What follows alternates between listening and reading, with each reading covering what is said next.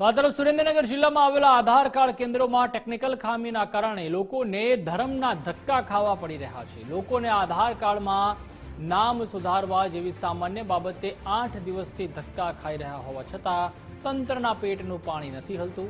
મહત્વનું છે કે સુરેન્દ્રનગર અને વઢવાણ શહેરમાં આધાર કાર્ડની કામગીરી જનસેવા કેન્દ્ર તેમજ વઢવાણ મામલતદાર કચેરી ખાતે કરવામાં આવે છે, જ્યાં દરરોજ માત્ર 30 જ ટોકન આપવામાં આવે છે। આ કામગીરીમાં પણ માત્ર મોબાઈલ નંબર, ફોટો અને ફિંગરપ્રિન્ટનો જ ઉપયોગ સુધારો થાય છે। એ સિવાય અન્ય કોઈ સુધારા થઈ શકતા નથી, જેના કારણે દૂર દૂરથી આવતા લોકોને ધક્કો ખાવાનો વારો આવે છે।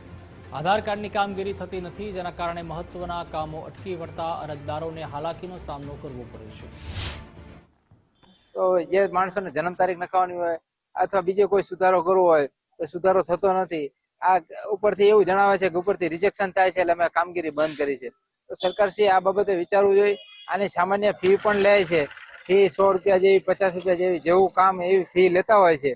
ફી લેતા પણ જો નાના માણસોનો રિજેક્શન થાય તો એક તરફ સરકાર આધાર કાર્ડ ફરજિયાત કરી રહી છે, તો ફરજિયાત થઈ રહી તો સરકારશ્રીને પણ આ બાબતે ફરજિયાત વિચારવું જોઈએ કે તાત્કાલિક ધોરણે 24 કલાકની અંદર આધાર કાર્ડ અપડેટ થઈ જવું જોઈએ। આ હેરાનગતિને લીધે સરકારને તાત્કાલિક ધોરણે કલેક્ટરને સૂચના કરી અને આની કામગીરી ઝડપી બને અને પબ્લિક હેરાન ન થાય અને એક જ કામગીરી એક જ જગ્યાએ બધું થઈ જાય એવી રીતની વ્યવસ્થા કરવી પડે। અને આ વ્યવસ્થા કરશે તો જ સુરેન્દ્રનગર જનતાને ધક્કા ખાવાના બંધ પડશે।